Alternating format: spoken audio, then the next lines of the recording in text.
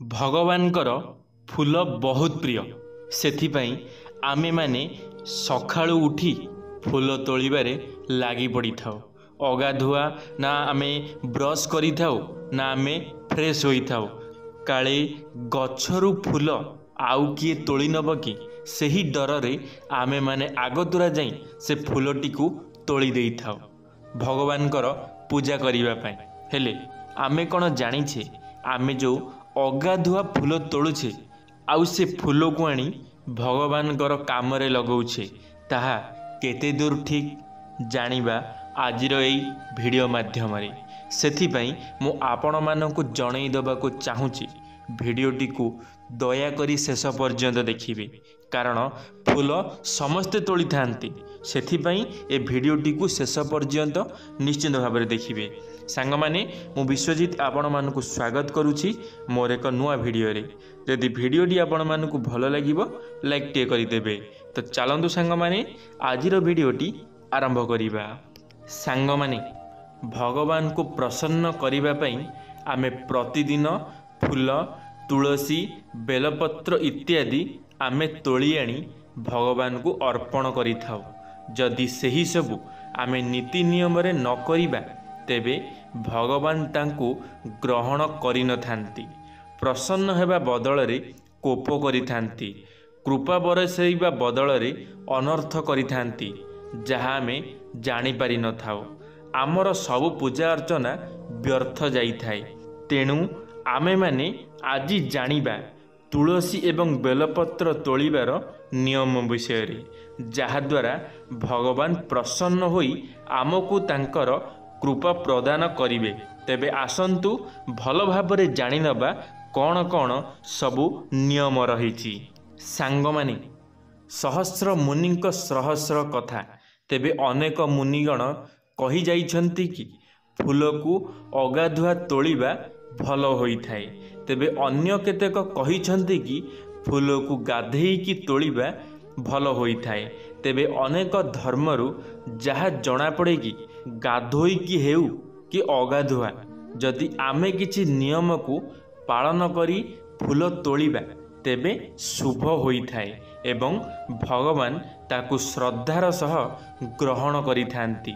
साधारणतः समस्तंक घरे फूल गछ न थाए तेणु लोक माने अन्यंक गछरु फूल तोली थांती।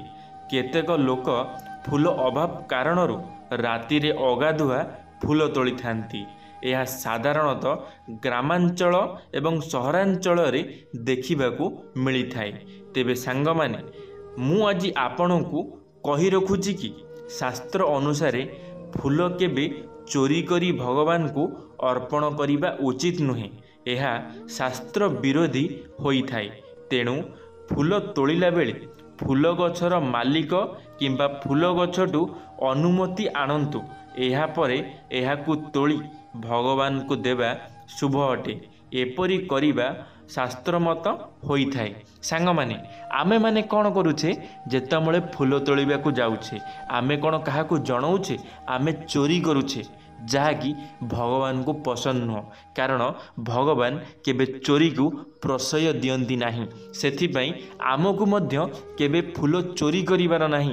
कारण जदि आमे पारिबा से गछर मालिक को आमे जणई पारिबा आउ जदि आमे गछर मालिक को न जणई पारुछे ताहाले आमे से गछ को जणई पारिबा कि हे गछ देवता हे फूल देवता मु तुमको तोलिबा को जाउछि कारण मु तुम फूल को नहीं भगवान को कामरे लगेबा को जाउछि आउ मु ए फूल को नहीं कौनसी खराब कामरे लगेबी नाही। दया करी मते टिके अनुमति दियंतु जहा द्वारा कि मु तुम फूल को तोली पारिबी। कौनसी फूल तोलिबा समय रे चप्पल पिंधि तोलिबा किंबा शरीर रे तेल लगेई तोलिबा अशुभ होई थाए। अगाधुआ फूल तोली पारिबे किंतु फूल तोलिबा समय रे मुह गोड़ हाथ धोई मुंडरे टिकी पानी छिंची एवं रात्रि रे पिंधिथिबा पोशाक बदलाई फूल तोलिबा शास्त्र रे वर्णित अछि। एथि सहित सूर्यपराग चंद्रग्रहण शुद्धिक्रिया समय रे अगाधुआ फूल तोलिबा अनुचित होई थाए। अनेक लोक ପୂର୍ବ ଦିନରୁ ଫୁଲ କଢ଼ ତୋଳି ରଖିଥାନ୍ତି ଏବଂ ପରଦିନ ଠାକୁରଙ୍କୁ ଅର୍ପଣ କରିଥାନ୍ତି। କିନ୍ତୁ ଏହିପରି କରିବା ଶାସ୍ତ୍ର ବିରୋଧୀ ହୋଇଥାଏ, କାରଣ ବାସି ଫୁଲ ଭଗବାନଙ୍କୁ ଅର୍ପଣ କରିବା ଉଚିତ ନୁହେଁ। ସାଙ୍ଗମାନେ, ଆପଣମାନେ ଗୋଟିଏ ଭୁଲ କରୁଛନ୍ତି। ଆପଣମାନେ କ'ଣ କରୁଛନ୍ତି ନା ଫୁଲର କଢ଼କୁ ଦିନରୁ ତୋଳିକି ରଖିଦେଉଛନ୍ତି। ତା ପର ଦିନକୁ ଯେତେବେଳେ ଫୁଲଟି ଫୁଟି ଯାଉଛି ତାକୁ ନେଇ ଭଗବାନଙ୍କ ମଥାରେ ଚଢ଼ାଉଛନ୍ତି, ହେଲେ ସେ ଫୁଲଟି ବାସି ହେଇଯାଉଛି। ଆପଣମାନେ ଯେତେବେଳେ ଗଛରୁ ଛିଣ୍ଡେଇ ଦେଉଛନ୍ତି, ଗଛରୁ ଛିଣ୍ଡେଇଲା ପରେ ସେ ଯେତେବେଳେ ଆସିକି ତୁମ ଘରେ ରହୁଛି ତାପରେ ସେ ବାସି ହେଇଯାଉଛି। ଆପଣମାନେ କ'ଣ କରୁଛନ୍ତି ନା ତା ପରଦିନକୁ ଲଗାଉଛନ୍ତି ଫୁଲ ବାସି ହୋଇଗଲା ପରେ, ଯାହାକି ଭଗବାନଙ୍କର ଶରୀରରେ ଭଗବାନଙ୍କ ଫଟୋରେ ଫୁଲ ବାସି ଫୁଲ ଲଗାଇବାଟା ଭଲ ନୁହେଁ, ଠିକ୍ ନୁହେଁ, ଯାହାଦ୍ୱାରା କି ଆପଣମାନଙ୍କୁ ବହୁତ ଅସୁବିଧାର ସମ୍ମୁଖୀନ ହେବାକୁ ପଡ଼ିଥାଏ। ସେଥିପାଇଁ ଯଦି ଆପଣମାନେ ବାସି ଫୁଲ ଭଗବାନଙ୍କ ମଥାରେ ଚଢ଼ାଉଛନ୍ତି ତାହେଲେ ଆଜିଠାରୁ ବାସି ଫୁଲ ଚଢ଼ାଇବା ବନ୍ଦ କରିଦିଅନ୍ତୁ। ସାଙ୍ଗମାନେ, ଏହି ଦୁଇଟି ଫୁଲ କେବେ ବି ବାସି ହୁଏ ନାହିଁ। ଗୋଟିଏ ଫୁଲ ହେଉଛି ପଦ୍ମ ଫୁଲ ଏବଂ ଅନ୍ୟଟି ହେଉଛି ସ୍ୱର୍ଣ୍ଣଚମ୍ପା। ଏହାକୁ ଭଗବାନଙ୍କୁ ଅର୍ପଣ କରିପାରିବେ। ତେଣୁ ଏହି ଦୁଇଟି ଫୁଲକୁ ଆଗରୁ ତୋଳିକି ଆପଣ ରଖିପାରିବେ। ସାଙ୍ଗମାନେ, ଆପଣମାନଙ୍କ ମନରେ ଏହା ପ୍ରଶ୍ନ ଥିବ ଯେ ଆମେ ଫୁଲରେ ପାଣି ଛିଞ୍ଚି ଠାକୁରଙ୍କୁ ଅର୍ପଣ କରିପାରିବା ନା ନାହିଁ। ତେବେ ସାଙ୍ଗମାନେ, ଆପଣ ଫୁଲରେ ପାଣି ଛିଞ୍ଚି ପୂଜା କରିପାରିବେ, କିନ୍ତୁ ଯଦି ଫୁଲରେ ମଇଳା ଲାଗିଥାଏ, ଯଦି ଫୁଲକୁ କେହି ଅପବିତ୍ର ଲୋକ ଛୁଇଁ ଦେଇଥାନ୍ତି, ତେବେ ସେହି ଫୁଲକୁ ଆପଣ ପାଣିରେ ଧୋଇ ଭଗବାନଙ୍କୁ ଅର୍ପଣ କରିପାରିବେ। ସାଙ୍ଗମାନେ, ଆମକୁ ଫୁଲ ତୋଳିଲା ବେଳେ 3ଟି ମନ୍ତ୍ର ଉଚ୍ଚାରଣ କରି ତୋଳିବା ଉଚିତ ଅଟେ।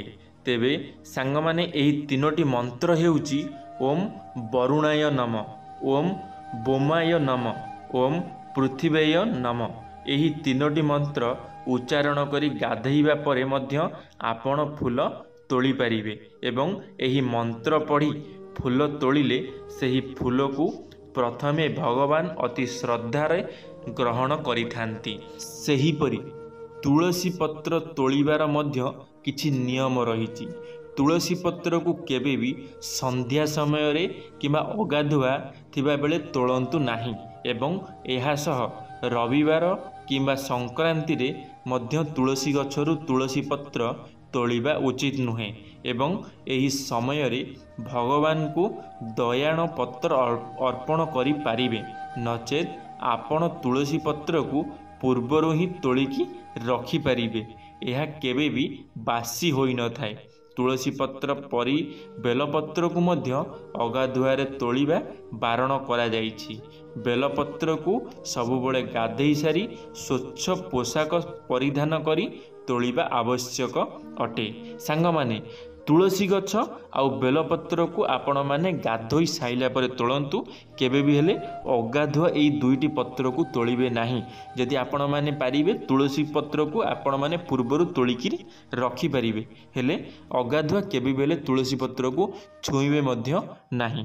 ସାଙ୍ଗମାନେ, ଆଶା କରିବି ଏହି ଭିଡ଼ିଓରୁ ଆପଣମାନଙ୍କୁ ନିଶ୍ଚିତ ଭାବରେ କିଛି ନା କିଛି ଶିଖିବା ପାଇଁ ମିଳିଥିବ। ଯଦି କିଛି ଶିଖିବା ପାଇଁ ମିଳିଛି ତାହେଲେ ଲାଇକ୍ଟେ କରିବେ, ସାଙ୍ଗମାନଙ୍କ ମଧ୍ୟରେ ସେୟାର ନିଶ୍ଚିତ ଭାବରେ କରିବେ, କମେଣ୍ଟ ବକ୍ସରେ ଆପଣମାନଙ୍କର ମତାମତ ରଖିବେ। ଯଦି ଆପଣମାନେ ଆମ ଟକିଂ ୱାର୍ଲ୍ଡ ୟୁଟ୍ୟୁବ୍ ଚ୍ୟାନେଲରେ ପ୍ରଥମ ଥର ପାଇଁ ଆମ ଟକିଂ ୱାର୍ଲ୍ଡ ୟୁଟ୍ୟୁବ୍ ଚ୍ୟାନେଲକୁ ସବସ୍କ୍ରାଇବ୍ କରି ବେଲ୍ ଆଇକନ୍କୁ ଅଲ୍ରେ କ୍ଲିକ୍ କରିବେ, କାରଣ ଆମ ଚ୍ୟାନେଲରେ ଯେବେ କିଛି ନୂଆ ମୋଟିଭେସନାଲ ଭିଡ଼ିଓ ଛଡ଼ାଯିବ ଆପଣମାନେ ସର୍ବପ୍ରଥମେ ଦେଖିପାରିବେ। ଧନ୍ୟବାଦ ସାଙ୍ଗମାନେ। ଜୟ ଜଗନ୍ନାଥ, ଜୟ ମା ଶାରଳା, ଜୟ ଶ୍ରୀକୃଷ୍ଣ।